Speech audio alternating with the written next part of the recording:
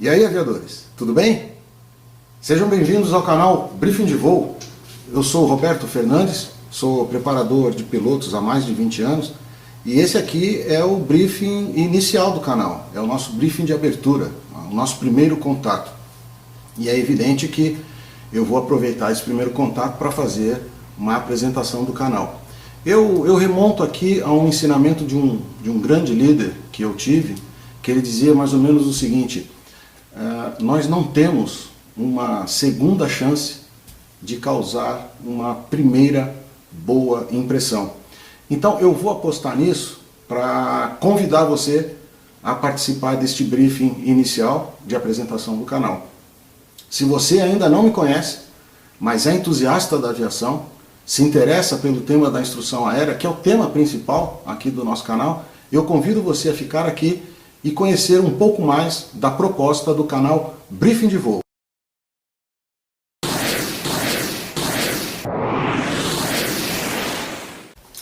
É isso aí, pessoal. Então vamos começar aqui o nosso briefing de voo, o nosso briefing inicial. E eu vou fazer a apresentação do canal, vou lançar mão de dois momentos para fazer essa apresentação. Num primeiro momento, eu vou fazer a apresentação do meu currículo. São mais de 35 anos de carreira, de experiências acumuladas aí na aviação, e eu quero mostrar o passo a passo de como foi a aquisição dessa experiência. Mas eu preciso fazer essa passagem pela experiência para poder permitir um melhor entendimento do momento 2 da apresentação, que é a apresentação do canal propriamente dito, o seu tema principal e os nossos objetivos em criar esse espaço virtual. Eu vou começar a descrição do meu currículo lá em 1987, quando eu ingressei na Força Aérea, mediante um concurso de admissão à Escola de Especialistas de Aeronáutica, que é a escola de formação de técnicos de nível médio para a Força Aérea. No nosso vocabulário, a gente diz que é a preparação daquele pessoal que faz voar, né? Quem está por detrás da aeronave, né? Que faz voar. E essa formação ela foi muito importante, mas não só porque foi a primeira. Eu vou tentar pontuar isso. Essa foi só a primeira escola que eu cursei da Força Aérea. Nesses 35 anos mais de 35 anos de carreira, eu consegui acumular aí 14 anos, portanto quase que exatos 2/5 da minha carreira, sentado nos bancos escolares da Força Aérea. Foram 14 anos de formação, de capacitação, de pós-formação, e eu consegui obter os diplomas, à exceção de uma única escola, eu consegui obter os diplomas de todas as escolas de formação e de pós-formação da FAB. Então isso para mim é muito marcante, assim, eu tenho um orgulho muito grande disso. A única escola cujo diploma eu não conquistei, por não ter cursado a escola, foi a Escola Preparatória de Cadetes do Ar, mas eu vou chegar nesse momento aí depois que para mim é bastante relevante na carreira. Mas vamos lá para a Escola de Especialistas, 1987, eu fiz ali o curso de mecânico de aeronaves, eu me formei terceiro sargento de aeronáutica no final de 1988, e ali eu tive contato com o que eu chamo do primeiro dos 3 pilares do conhecimento em aviação, né? Para mim o conhecimento em aviação, ele passa pelos 3 pilares, que eu chamo de o homem, o meio e a máquina. O homem é tudo aquilo que diz respeito aos nossos tripulantes e o nosso pessoal de manutenção, todos aqueles que fazem voar e aqueles que voam. E eu comecei justamente por aqueles que fazem voar.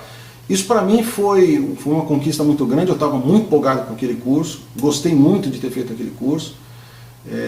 Durante o curso, a instrução ministrada ali na Escola de Especialistas, ela é muito aprofundada.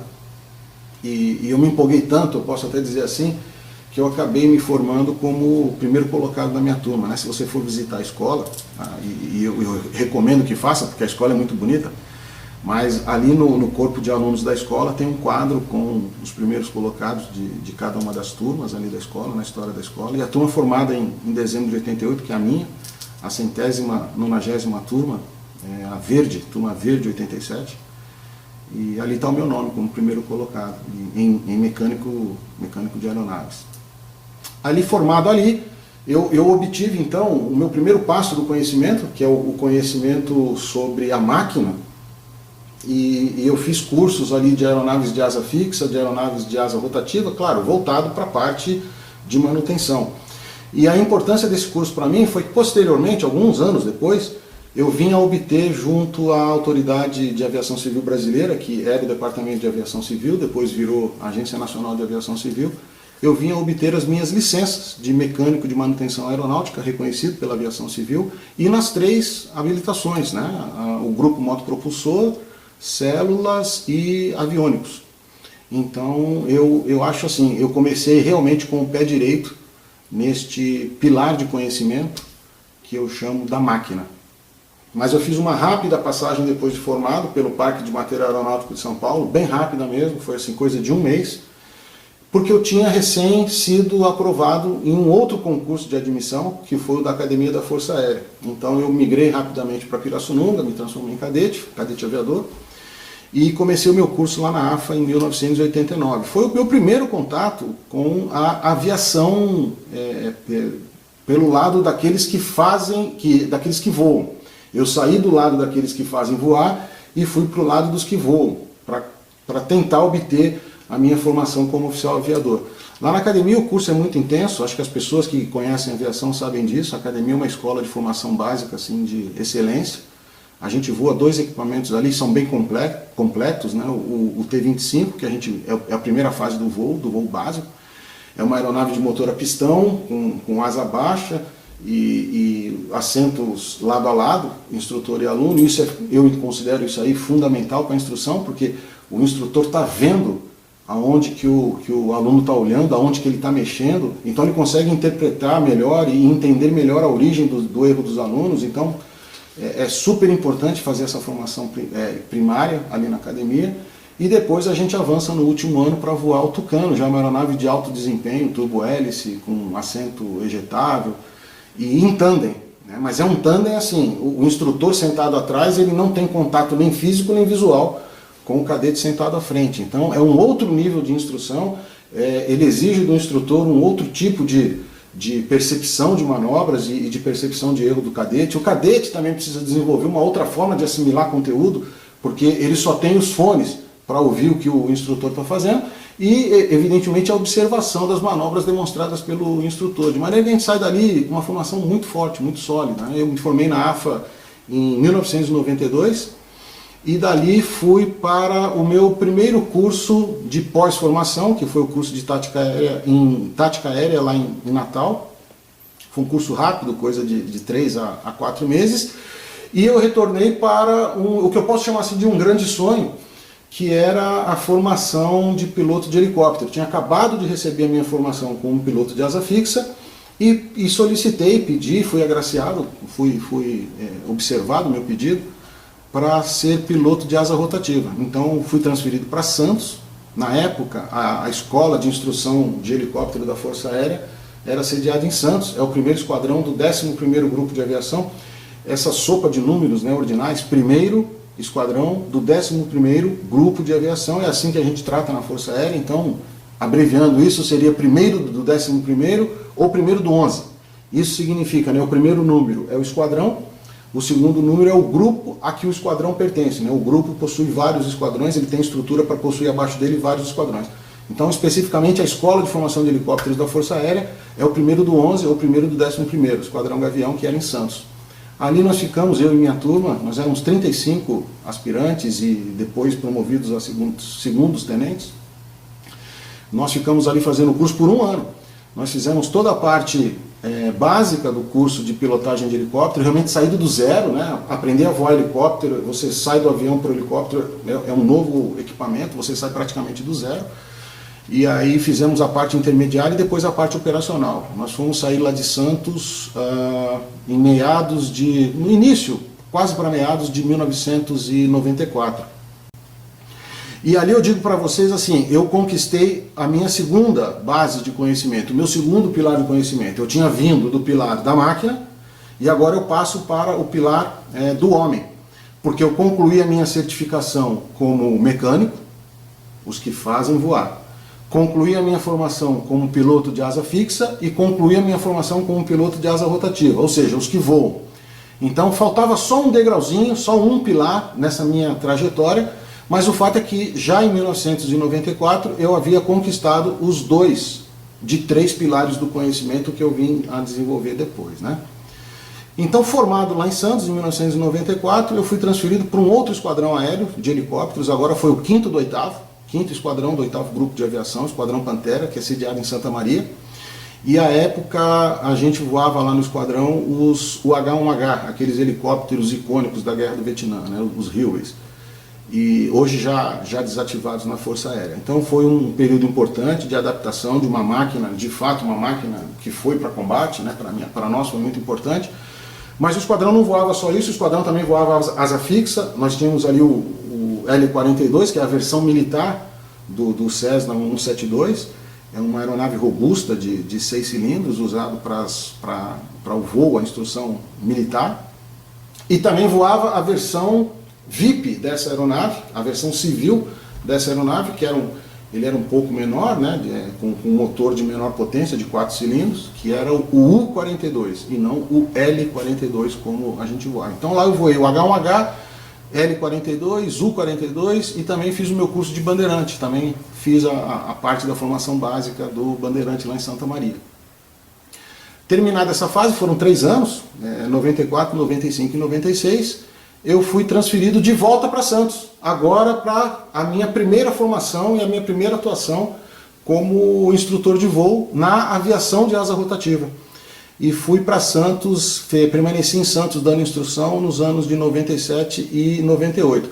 O que eu gosto de destacar no caso dessa minha formação é que de 87 a 98, a minha experiência e o meu conhecimento de aviação, ele estava inteiramente voltado à parte militar da aviação. Então eu atuei como mecânico, eu atuei como piloto de asa fixa, piloto de asa rotativa, instrutor de asa fixa, e aí passei a atuar como instrutor de asas rotativas em Santos, mas tudo isso dentro do escopo da aviação militar. Era como se eu não conhecesse ainda o lado de lá. Mas aí veio a minha formação no terceiro pilar do conhecimento. Em 98, eu fiz um novo exame de admissão e aí eu fui para o Instituto Tecnológico de Aeronáutica, o ITA, onde busquei fazer a minha graduação em Engenharia de Infraestrutura Aeronáutica. Esse era o nome do curso. Na verdade, ele era um curso de Engenharia Civil com ênfase na infraestrutura aeronáutica, com ênfase em aeroportos, em pavimentos aeroportuários e toda essa dinâmica do equipamento urbano aeroporto. Tanto que hoje o nome do curso, de fato, é Engenharia Civil Aeronáutica, para evitar dúvidas com relação ao objeto do curso. Mas na época que eu entrei, em 1999, o curso realmente tinha esse nome. Curso de Graduação de Engenharia de Infraestrutura Aeronáutica. Eu ingressei em 99 no ITA, foi um período muito corrido da minha vida, porque eu me casei com Dona Rose em 98, no início de 98, e aí iniciei o curso lá no ITA em 99, em 99 nasceu meu primeiro filho. E na sequência, assim, em 2000, no segundo ano da parte fundamental do curso, nasceu a minha filha, então foi muito corrido, foi bastante cansativo. Para mim, foi cansativo também para a Rose, que teve que cuidar das crianças praticamente sozinha, porque eu tinha que estudar muito. Mas o fato é que, ao concluir o ITA, veio o meu terceiro pilar, que era o meio. Eu realmente tinha aprendido de uma vez por todas que pista de pouso não é sinônimo de aeroporto, que é uma grande lacuna de conhecimento que eu saí da AFA. Para mim, até então, o importante era encontrar uma pista de pouso para operar. Se eu tivesse uma pista de pouso com o comprimento que suportasse as operações de pouso e decolagem da aeronave que eu estava voando, eu estava feliz da vida. Mas a gente sabe que a pista de pouso é só um dos elementos que constituem toda a infraestrutura de apoio às operações aéreas, que é o aeroporto ou o aeródromo. E eu realmente fui tomar contato com essa realidade durante a realização do curso lá do ITA. Lá na AFA eu não tive esse, entre aspas, assessoramento ou essa abertura de olhos, né? E eu fiquei tão empolgado com esse curso, ele foi tão importante para consolidar, para fechar esse ciclo de desenvolvimento de competências, que mais uma vez eu me vi primeiro colocado de turma. Então eu me formei também como primeiro colocado da turma ITA de 2003, no curso, quer dizer, da turma como um todo, né, mas fazendo o curso de Engenharia de Infraestrutura. E aí eu avancei um pouco mais ainda, mais do que na especialistas, né? Eu avancei para a obtenção daquilo que eu considero uma das duas principais marcas alcançadas na minha carreira, que foi a distinção na formatura com a menção honrosa chamada Summa Cum Laude. O ITA distribui essas menções honrosas para os engenheiros formados por ITA que alcançam algumas marcas. São 3 tipos de menções honrosas. Essa especificamente, a Summa Cum Laude, que foi a que eu obtive, ela é instituída para destacar aqueles engenheiros que tenham sido formados no ITA com uma média geral na parte profissional do curso, que estão os 3 últimos anos, uma média geral superior a 9,5 em 10. Então, eu consegui conquistar essa marca e tenho muito orgulho dela. É o primeiro é a primeira de 2 distinções que me são muito importantes. A distinção Summa Cum Laude. E aí eu digo assim, eu me sentia realmente preparado para aquilo que eu havia disposto a fazer, que era ser um bom piloto. Eu tinha diploma do homem, eu tinha diploma do meio e eu tinha diploma da máquina. Agora era como se eu realmente estivesse pronto para o desenrolar da atividade. Isso eu estou falando de final de 2003, e aí eu fui transferido para o Rio de Janeiro, para o Instituto de Aviação Civil, com uma rápida passagem pela Escola de Aperfeiçoamento de Oficiais, onde eu fiz o meu segundo curso de carreira, de pós-formação. E aí lá no Instituto de Aviação Civil, eu trabalhava basicamente assim com 2 camisas. Com a camisa de engenheiro, ou seja, olhando para o meio, eu participava de discussões e de grupos de trabalho que faziam pesquisa de transporte aéreo, pesquisa de demanda no transporte aéreo, e que também desenvolviam os planos diretores aeroportuários, tanto da rede Profa-A, como da rede estadual, como dos aeroportos da Força Aérea.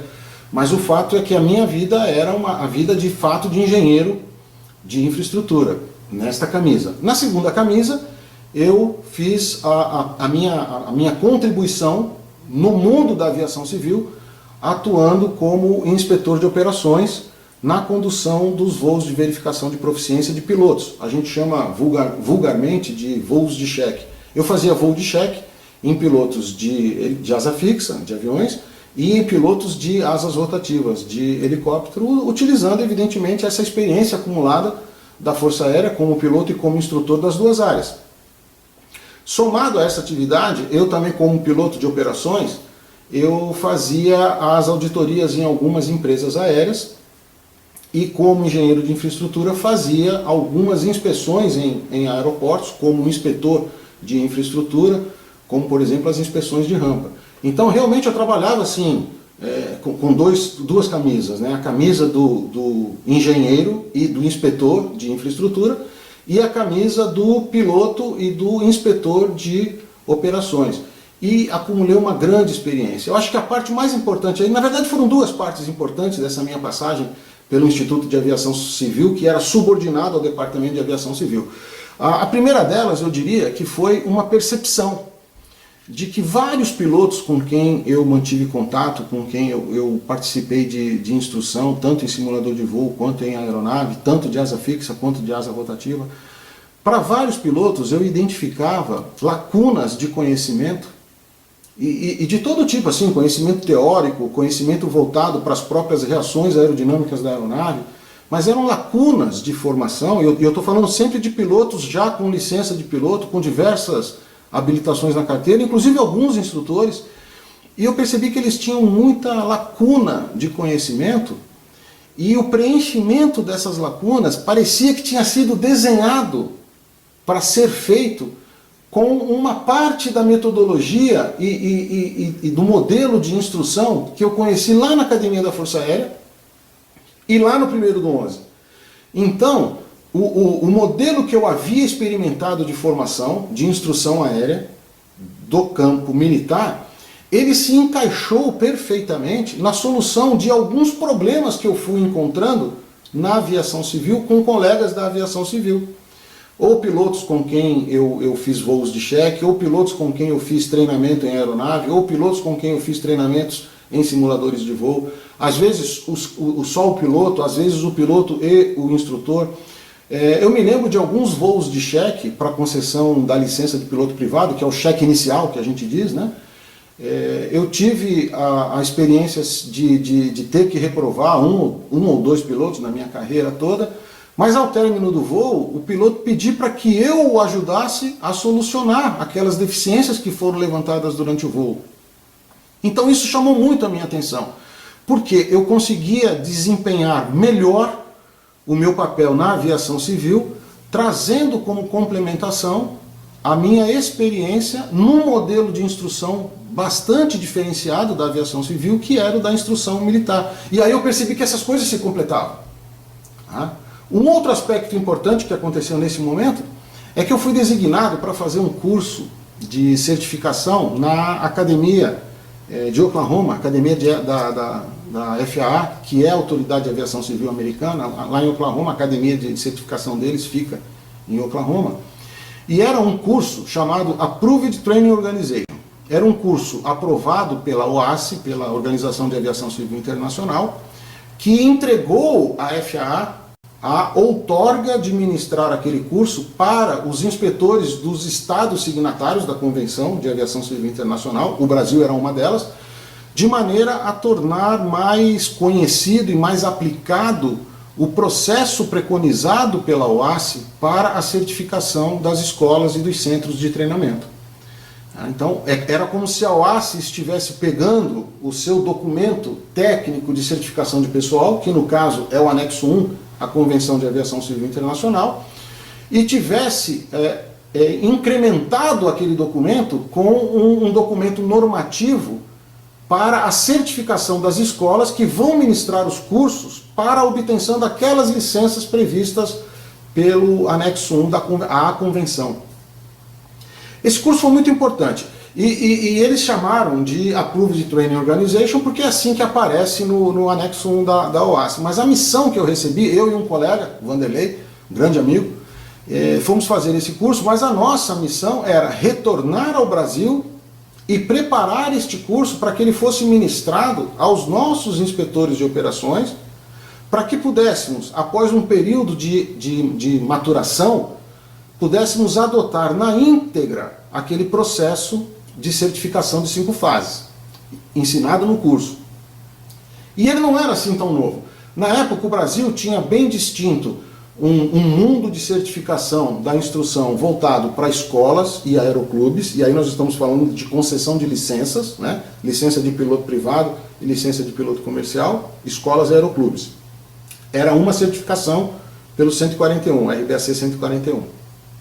E nós já tínhamos o centro de treinamento, que era alguma coisa mais robusta, voltada para os cursos de obtenção de habilitações de tipo, tanto para aviões quanto para helicópteros. E aí a certificação era pelo RBHA, depois RBAC 142. Então nós já tínhamos esse processo muito bem aplicado para os centros de treinamento. Faltava fazer isso para as escolas e para os aeroclubes. E aí a gente teve a ideia de traduzir o termo Approved Training Organizations do inglês para centros de instrução. Então nós ficaríamos com os centros de treinamento e os centros de instrução de aviação civil. A sigla disso, CIAC, ela permanece até hoje. Então se você pegar hoje o RBAC, o Regulamento Brasileiro de Aviação Civil número 61, que trata de licenças e certificados, concessão de licenças e certificados na aviação civil, você vai ler ali que eles indicam a realização de cursos que sejam aprovados para centros de instrução de aviação civil, CIACs, certificados pela ANAC. E isso tudo decorreu do trabalho que a gente fez quando retornou do curso, né? Eu, Vanderlei, nós preparamos uma equipe de servidores ali no Departamento de Aviação Civil, traduzimos o material do curso, e eu não quero exagerar, mas eu diria assim, foi para mais de 2.000 páginas de documentação, entre provas, exercícios, textos de auxílio, manuais para consulta, regulamentação, proposta. E depois desse material todo traduzido, a gente passou a ministrar as aulas nas sedes regionais. Nós chamávamos de serviços regionais de aviação civil, e depois viraram gerências regionais da ANAC. Então foi muito trabalhoso, mas foi muito gratificante, porque foi de fato uma gigantesca imersão no mundo da instrução de aviação civil, tanto na parte teórica quanto na parte prática, né? Eu estou falando da parte teórica do curso e da parte de voo, como também na parte da certificação das escolas, dos centros de treinamento, dos simuladores de voo. Então a gente cresceu muito com isso. Para mim foi uma experiência muito gratificante.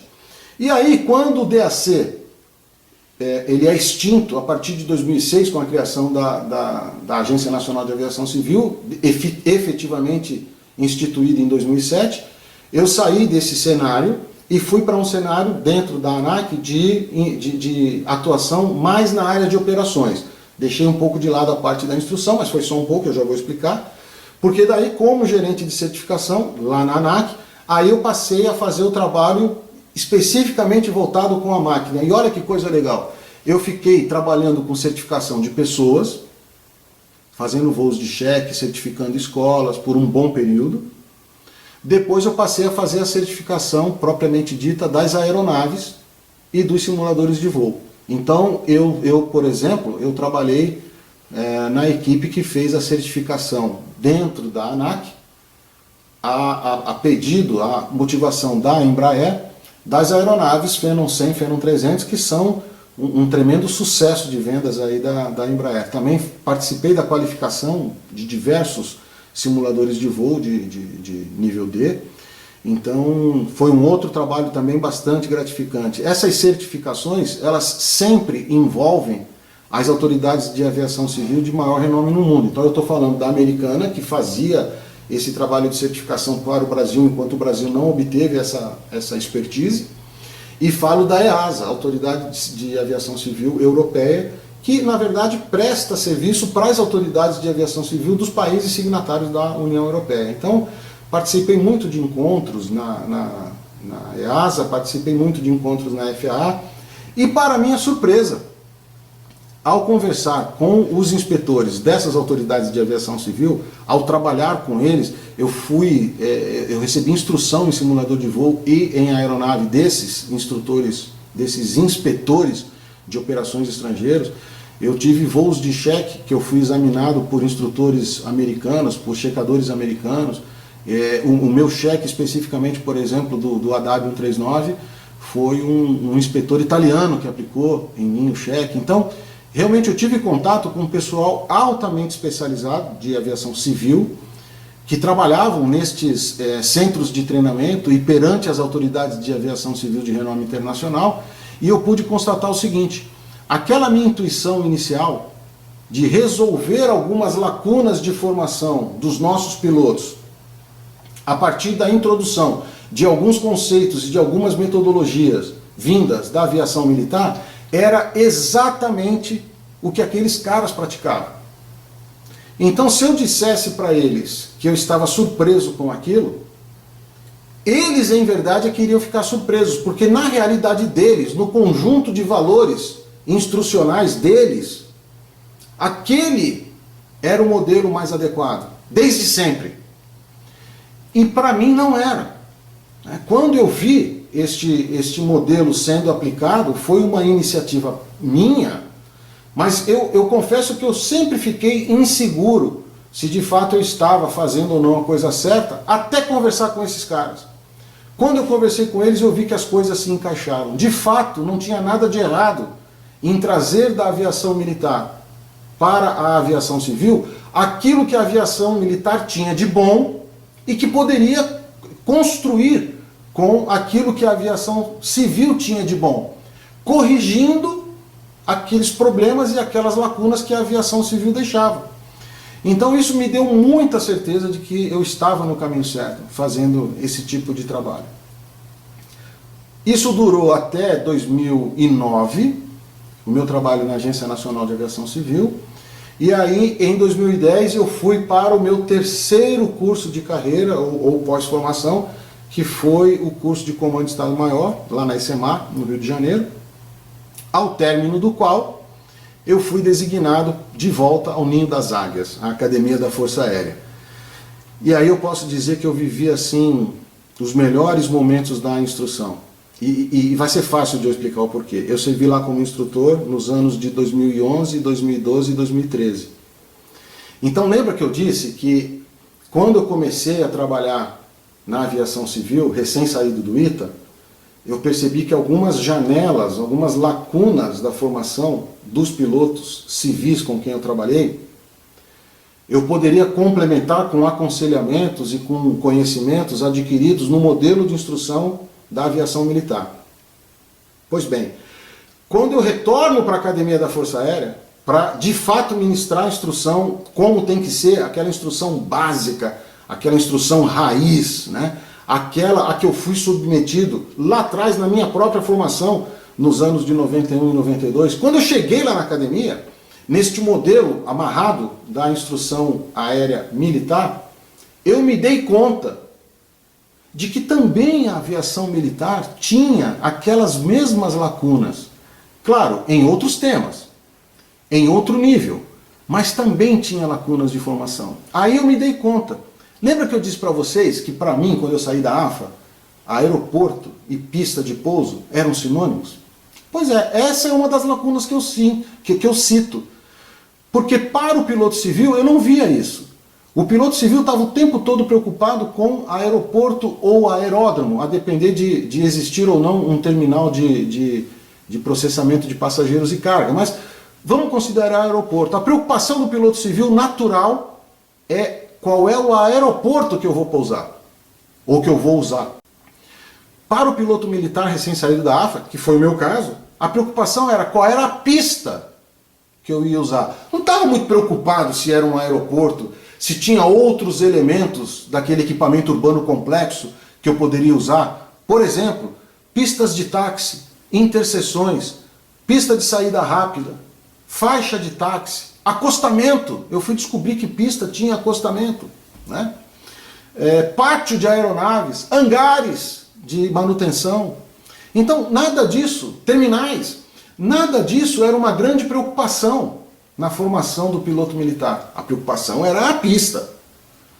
Então, aquelas lacunas na aviação, ou pelo menos na instrução dentro da aviação civil, que eu conseguia corrigir, trazendo conceitos da aviação militar, eu as percebi quando cheguei em 2011 na academia, também com os meus cadetes, os meus alunos, na aviação militar. E aí a coisa se inverteu. Eu comecei a resolver esses problemas dos meus alunos na instrução aérea militar com aquela gama de conhecimentos que eu trazia da aviação civil.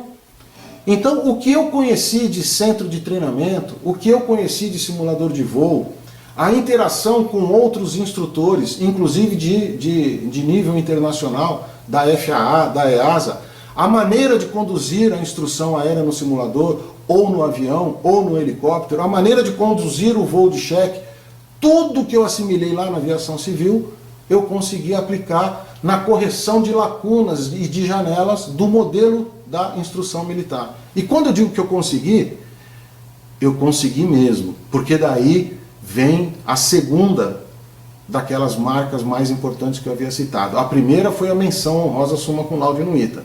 Essa tem um lugar reservado na minha parede de diplomas. A segunda marca que eu conquistei foi logo em 2011, meu primeiro ano de instrução na academia. Eu fui escolhido pelos cadetes daquela turma como instrutor padrão do primeiro EIA. O EIA é o Esquadrão de Instrução Aérea. O instrutor padrão, o nome não é marca registrada de fantasia. De fato, é aquele instrutor que reúne qualidades e características que os cadetes entendem que seria o padrão a ser adotado por todos os instrutores, todos os demais. Então isso me deu uma alegria tão grande, uma satisfação tão grande, porque foi realmente, se eu tinha alguma dúvida ainda, ali eu passei a ter a completa certeza de que o modelo funcionava.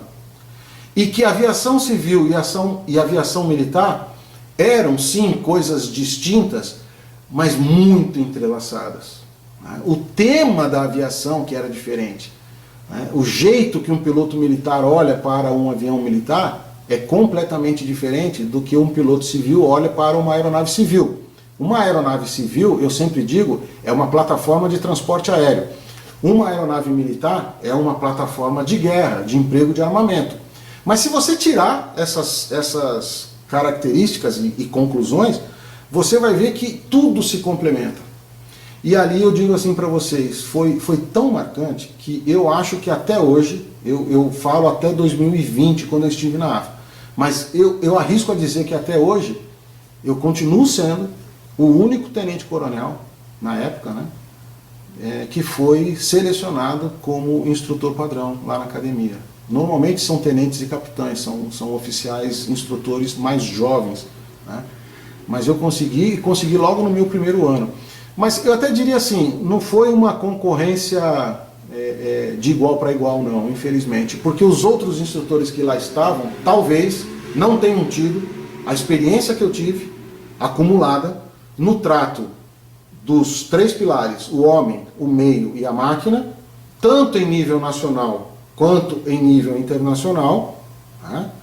E nos 2 campos, de aviação civil e de aviação militar. Então, eu acho que ali nós não encontrávamos um outro instrutor que reunisse todas essas características ou todas essas experiências, nacional, internacional, asa fixa, asa rotativa, aviação civil, aviação militar.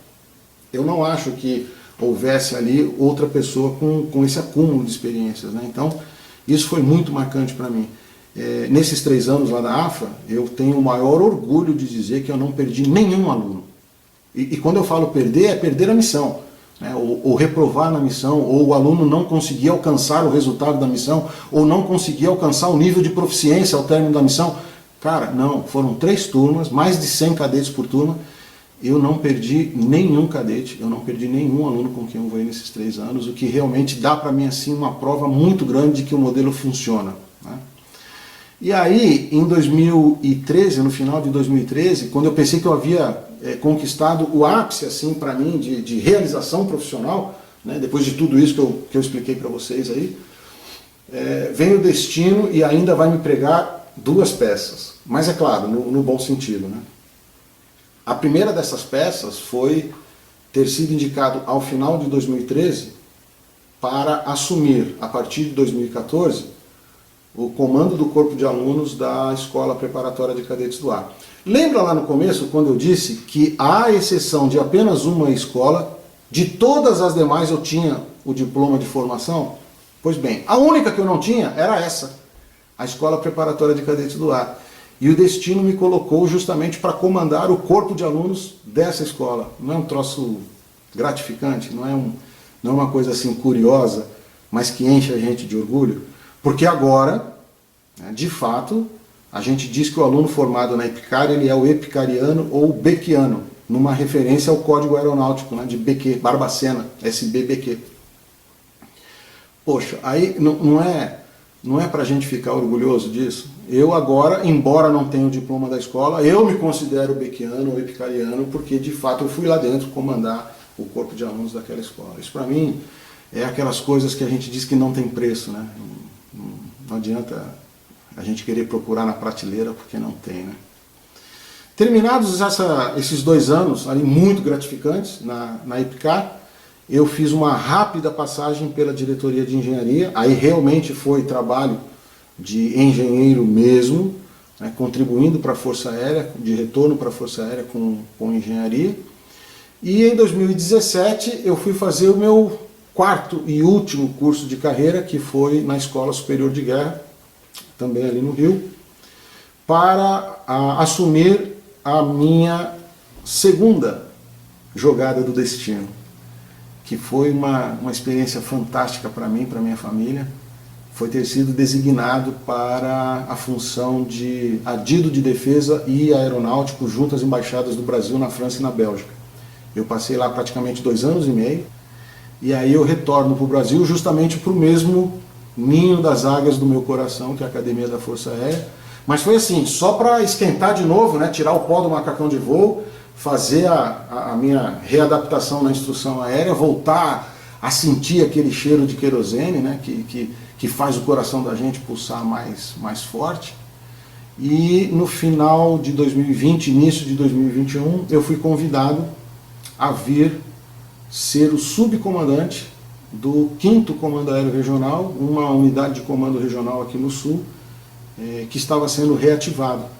Assumi essa função no começo de 2021 e fui nesta função até agosto de 2022, quando enfim encerrei a minha carreira de oficial da ativa da Força Aérea Brasileira. Então, isso tudo, quer dizer, eu espero que tenha sido resumido, né? Eu não espero assim ter demorado tanto, daqui a pouco a dona Rose vai puxar minha orelha aqui se eu passei muito do tempo, mas o fato é, depois disso tudo, eu consigo entrar agora na finalidade do canal, que era o segundo momento que eu queria. Se você conseguiu chegar até aqui, agora tudo vai fazer sentido para você.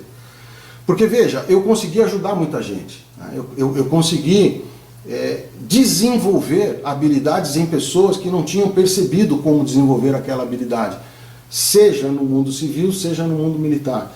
E fiz isso quase que jogando com as necessidades dos alunos, dos pilotos com quem eu conversava, e trazendo para eles, na real proporção que eles necessitavam, experiências tanto da instrução aérea militar quanto da instrução aérea civil.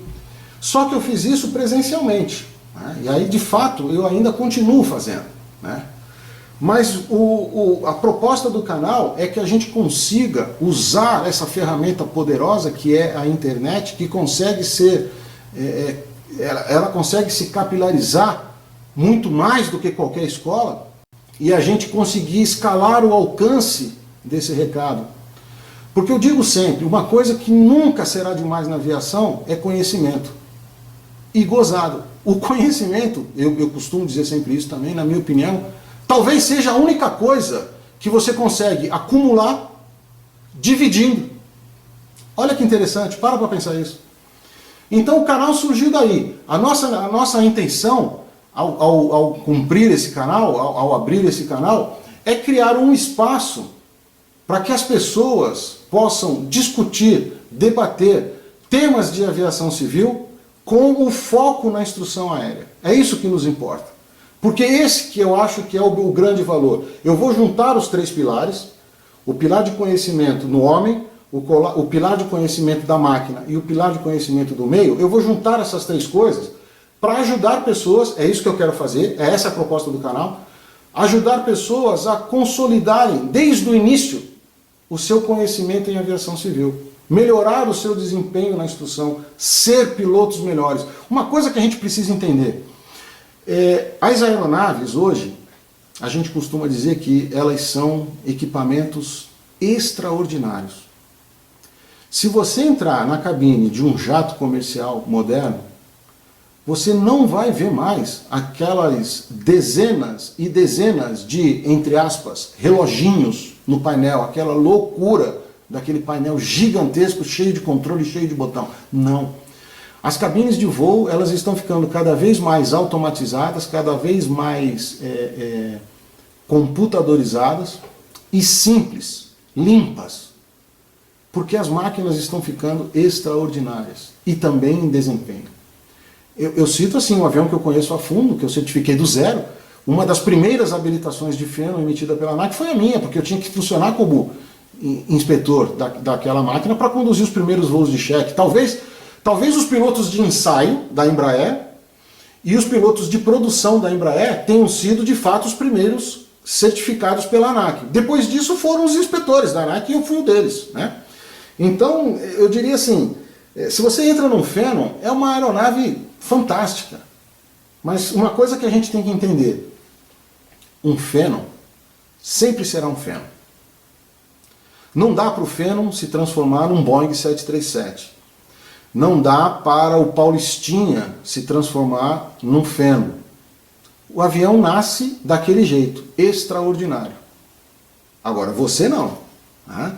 Nota que o piloto que está lá na cabine do 747 o mais moderno, ou que está na cabine daquele Challenger, ou daquele Falcon 7X, ou do Phenom, é o mesmo piloto que na sua formação básica voou o Paulistinha, voou o Cessninha, voou o Aerobueiro, voou o Baron, voou o Bandeirante. Ou seja, o piloto tem que crescer, ele tem que ser cada vez melhor. Então, Já houve uma época que ser um piloto regular bastava. Depois a gente avançou para a necessidade de ser um bom piloto. Pessoal, hoje, para dar conta de máquinas extraordinárias, você precisa ser um piloto extraordinário. Só que você tem que evoluir até alcançar este grau. Deus não te faz um piloto extraordinário no ventre da sua mãe. É você que precisa nascer um piloto, um aluno piloto, depois um piloto regular, depois um bom piloto, depois um piloto extraordinário. Essa que é a bem da verdade. E você só consegue fazer isso acumulando conhecimento. Você precisa acumular conhecimento para conseguir ser um piloto extraordinário e estar ao alcance do envelope da máquina que você vai voar, que já nasceu extraordinário. Então essa é a finalidade do canal. Aqui eu espero que a gente discuta, que a gente debata, que a gente troque experiências, eu espero responder as perguntas, né? Eu tenho um compromisso aqui com a equipe, com a Rose. Todas as perguntas que forem surgir no canal, nós vamos interagir, nós vamos responder, ninguém vai ficar sem resposta às perguntas. Essa é a finalidade do canal. E o foco do canal, claro, nós vamos falar de temas de aviação como um todo. Ora aviação civil, ora aviação militar, ora nós vamos mesclar isso tudo, ora nós vamos puxar para o pilar do conhecimento da certificação de pessoas, ora nós vamos puxar o pilar do conhecimento da certificação do meio, e aí eu vou falar especificamente de infraestrutura, ora nós vamos puxar para a certificação da máquina, e aí nós vamos conversar sobre aeronave, sobre simulador de voo, sobre programa de treinamento. Então vai ser um trabalho bem dinâmico. Semanalmente nós vamos subir material aqui e abrir o canal para discussões. Então eu espero que você realmente nos acompanhe. Eu tenho uma expectativa de que será uma atividade bastante interessante. Mas o importante é dizer para você, já que eu apresentei o canal e qual vai ser a proposta do canal, é eu dizer para você também o que o canal não vai ser. Né? Aquilo que a gente não se propõe a ser jamais. Primeiro ponto, o canal Briefing de Voo, ele não tem a intenção e ele não vai fazer isso. Ele não vai substituir a Escola de Aviação Civil ou o Centro de Instrução de Aviação Civil. Não vai. Porque, pessoal, as escolas fazem um fundamental papel na nossa aviação. Sem Escola de Aviação Civil, nós não vamos ter robustez na formação dos nossos pilotos. Então, nada substitui o poder, nada substitui a padronização, nada substitui a rigidez de uma escola de formação. Procure, se você é entusiasta da aviação, se você tem interesse em se tornar piloto, seja para o exercício dessa profissão como um piloto comercial ou um piloto de linha aérea, ou seja para ser um piloto privado que vai voar o seu próprio avião por prazer, porque gosta da atividade, não importa. Mas se você almeja uma licença de piloto, você precisa visitar uma escola. Você precisa se formar numa escola de aviação civil. Esse canal aqui não substituirá a escola de aviação civil. Ok? E nessa mesma linha, esse canal não irá substituir o seu instrutor de voo. Aprende uma coisa, se tem um valor sagrado que você precisa descobrir, você que quer entrar para a aviação, um valor sagrado é o seu instrutor de voo. Quando você decolar para a sua instrução aérea, lembra que só existe aquele cara do seu lado para te ajudar. Em qualquer emergência que você tenha, é aquele cara do lado que vai trazer você em segurança para casa, para sua família, para os seus entes queridos. Se você aprender alguma coisa depois daquele voo, foi graças àquele cara. E ninguém aprende a voar se não tiver um instrutor de voo. Isso não existe. Se alguém prometer a você que vai te ensinar a voar sem estar no avião com você, esse cara está mentindo. Fuja dele. Então, eu não pretendo substituir nenhum instrutor de voo, pelo contrário. Eu sempre vou dizer para você procurar o seu instrutor de voo e vou orientar você a como solicitar o instrutor de voo, a solução das suas dúvidas para o voo. E aí esse canal vai fazer o trabalho do quê? De complementação. O que a gente quer, lembra que eu disse de complementar janelas, complementar lacunas de procedimentos e instrucionais? É isso que esse canal vai se propor a fazer.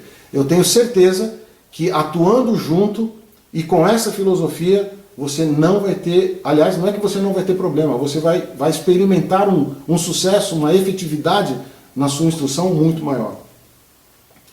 E a terceira coisa que a gente vai fazer, Este canal não vai substituir a instrução aérea.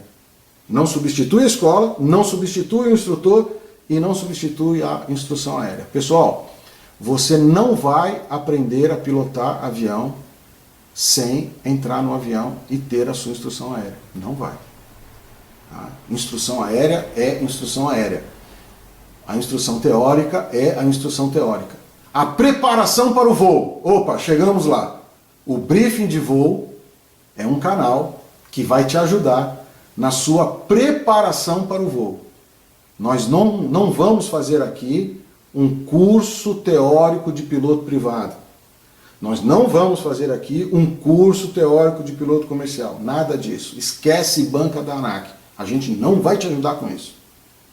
E nós não vamos te ajudar com a instrução aérea, a não ser preparar você melhor para ela. É isso que a gente quer. A proposta desse canal é encher você de conhecimentos, de ferramentas, para tirar da instrução aérea que você vai receber o melhor aproveitamento.